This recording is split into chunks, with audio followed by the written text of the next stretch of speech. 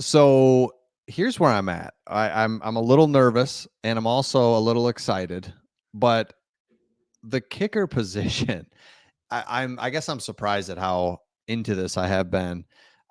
We we haven't really settled on a kicker ever since Brad Holmes has been here. We kind of did. We traded guys, we released guys, we brought guys back, guys that we thought, man, he's really doing a good job. He gets replaced, or vice versa. Just out of all the things that Dan Campbell and Brad Holmes have done, this has been the one. Just like, I'm not really following you. I'm kind of am, but I'm kind of not. And so now our starting kicker Badgley goes out, or presumed. It was like, man, he's probably going to be the starting kicker. He injures himself. Now the new guy that we bring in, Jake Bates, we're all excited about, but also it's kind of a weird story. He reportedly is not doing well. Suddenly he's missing a lot. He's not consistent. And it's like, again, this wouldn't be that big of a deal. It would be, but I guess you're really seriously trying to go with a big playoff push, win the division, playoff push. Like, this is a really good team. You got to have a kicker. So what do you do? How concerned are you? I guess those are my two questions. How concerned are you? Then what do you do? I don't know what you do. I do know what you do. I do. You go bring in Riley Patterson.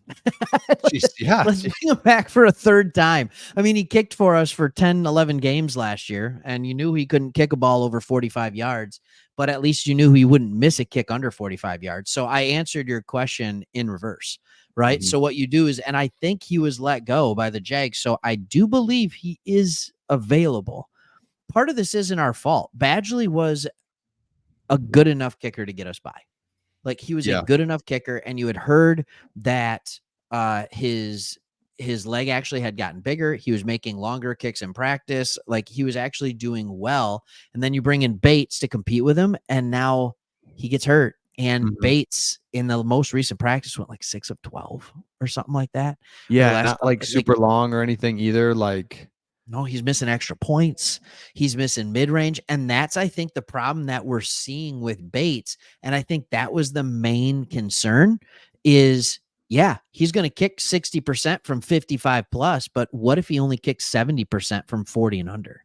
Right. And I think another thing you can do is you can, look at guys that are going to get cut and really look at, everybody can't keep two kickers. You're going to get one. So there'll be, and you're going to get a decent one too. Yeah. There'll be 2 or 3, but then you bringing them in. And I heard this from Phipp, the special teams coach, and I thought it was really interesting. Every player goes through ups and downs. Kickers go through ups and downs, probably more than anybody. The problem is they're not as tight with the rest of the team. So when they go on their downs, they don't have the support from their teammates. They don't. Right. There's not a lot of patience for kickers, and I get that. And again, it's the kind of the quirky thing of football that makes it all great. But so when they go down, it's hard to come back up, and they just lose confidence. But you're really good, and you're one of these premier kickers in the league. Those downs, man, those guys will help you, man. Hey, they've seen you execute at a high level. They love you. They blah, blah, blah. You're part of the team. But when you're this new guy, it's just hard. So again, no matter who we bring in, they're going to have that same thing. Nobody knows them. It's hard to get that camaraderie. It takes longer.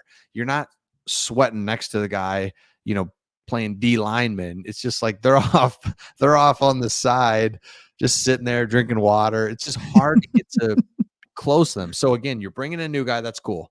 But the problem is they're just not. You wish you had a 4-year guy that everybody knew is coming back. That's such a different vibe than we're going to bring in a new guy. And I think we will. And I think it'll happen after cuts, because there will be a decent kicker that is cut.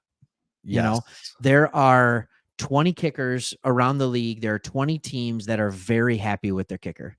And they are going to release, there are going to be 3 or 4 of those teams that release a kicker that's better than any kicker that's left on the last 10 to 12 teams. Like, that's just the way it works. The question is, can we get him? Can we get that kicker? And I don't know. I know. And it's like, other teams are looking for him. Do they want to come here? Like, I don't understand how that fully works. And it sucks because you need you just do. You need a kicker. Like we're You need a not going to kicker. be able. You got to have a steady kicker. And again, I don't think you're looking for someone to kick the ball long distances. Even I think we're just like, all right, fine, we go for it in that 35-yard range whenever we can. That's not even a big deal. But I mean, duh, you need somebody that can hit a 38 yarder, and That'd be the helpful. Bates. Yeah, Bates isn't doing it. So it's like, oh shoot, man. But he So can hit a 65-yarder. right. Oh my gosh. So it's like, Which dude, is great, but like if you can't trust him to kick a 38-yarder, are you really going to run him out there for a 60-yard field goal? Like right. you're not going to do that, right? But here's kind of how bad it is. Back in in late July, after Badgley got hurt, the Lions hosted this was their four potential options for a workout, including Matt Amendola, Lucas Oh yeah. Haversick, Matthew McCrane, and Andrew Zment. I don't know how to say that. You ever hear any of those guys? No. No. You think any of those are going to be an answer at kicker? Oh, it's shocking how Uh hard this oh. has been to get a kicker. I don't. We had one. Mm, We had Matt Prater. We just didn't want to pay him $3.5 million when we were paying Stafford and Goff in the same year. mm-hmm. When we made the Stafford trade and we had all that dead money on the books, and it was like, hey, we're not going to compete. We'll get rid of our kicker. We don't need to pay a kicker right now, an aging kicker, and then go from there. Yes. All right, go ahead, talk about it. I have my thoughts on James Turner. So. James Turner, interesting guy. I think he was doing good with us, but then we cut him right away because we could bring another guy. Then he goes and doesn't do well. So I have no idea. Like I don't know what makes a good kicker. I don't know what you need to do. So it's tough. It's tough to know. It's consistency, right? And like you look at James Turner, and he was somewhat consistent at Michigan, somewhat consistent. Somewhat, yeah. And not bad. Like he was a good college kicker. He was. But you bring him in, he clearly was behind Badgley. So it's like, all right, let's bring in another guy to compete with Badgley. Like James Turner wasn't touching him. So the Packers, I think, was it the Packers that brought him in? Packers or Vikings? Packers. It was in the division. Yeah. And he's been terrible. Good. Oh, he's been just as bad as Bates. So it's not like we're losing out. At first, I was like, oh no, Badgley. No, what about Turner? Bring him back. Nope. Not any good.